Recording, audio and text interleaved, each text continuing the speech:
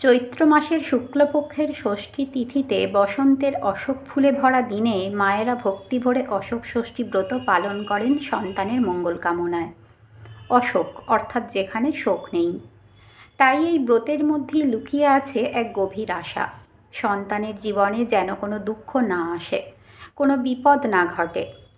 যুগ যুগ ধরে মায়েরা এই দিনে উপবাস করে, নিয়ম মেনে ব্রত পালন করে আর ভক্তি ভরে শোনেন এক প্রাচীন কাহিনী, যেখানে এক মায়ের ভুল, তার শোক আর শেষে দেবীর কৃপায় ফিরে পাওয়া জীবনের কথা বলা আছে। একসময় এক শান্ত অশোক বনে এক মুনি বাস করতেন। চারিদিকে অশোক গাছের সারি, মাঝখানে তার ছোট্ট কুঁড়ে ঘর। একদিন ভোরবেলা মুনি ঘর থেকে বেরিয়ে দেখলেন অশোক গাছের তলায় একটি ছোট্ট কন্যা শিশু পড়ে কাঁদছে। ধ্যানে বসে তিনি জানতে পারলেন একটি বুনো হরিণী এই শিশুটিকে প্রসব করে ফেলে চলে গেছে। শিশুটির প্রতি তার অগাধ মায়া জন্মালো। তিনি তাকে কুঁড়ে ঘরে নিয়ে এসে নিজের সন্তানের মতো লালন পালন করতে লাগলেন। এভাবেই মেয়েটি ধীরে ধীরে বড় হতে লাগলো। মুনি তার নাম রাখলেন অশোকা। সময়ের সঙ্গে সে রূপে গুণে অতুলনীয়া হয়ে উঠল। তখন মুনির মনে চিন্তা জাগল, এমন একটি মেয়েকে একা কুঁড়ে ঘরে রেখে তিনি নিশ্চিন্ত থাকতে পারছেন না। তিনি ঠিক করলেন উপযুক্ত পাত্র পেলে মেয়েটির বিয়ে দেবেন। অনেক খোঁজ করেও যখন তার মনের মতো পাত্র পাওয়া গেল না, তখন তিনি একদিন প্রতিজ্ঞা করলেন, কাল সকালে উঠে যার মুখ প্রথম দেখব তার সাথেই মেয়ের বিবাহ দেব। দৈবক্রমে পরদিন ভোরে তিনি দেখলেন এক রাজপুত্র তার কুটিরের সামনে দাঁড়িয়ে আছে।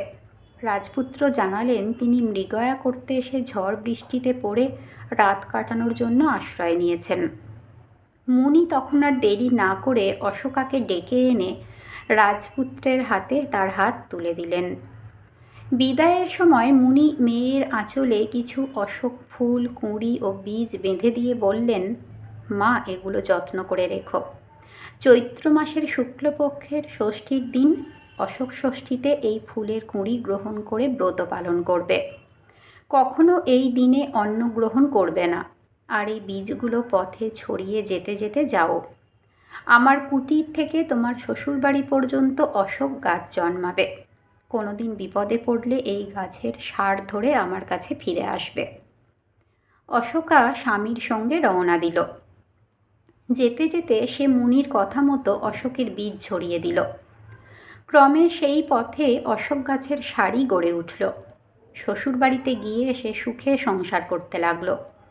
সময়ের সঙ্গে সঙ্গে তার 7টি পুত্র ও একটি কন্যা সন্তান জন্মালো।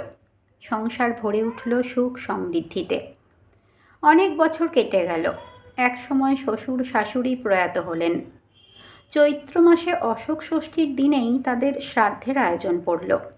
সেই দিন নানা কাজের ব্যস্ততায় অশোকার মনে রইল না যে আজ তার ব্রতের দিন। সন্ধ্যার পর বউয়েরা তাকে খেতে ডাকলে সে হঠাৎ মনে করে বলে, আজ তো আমার অশোক ষষ্ঠী।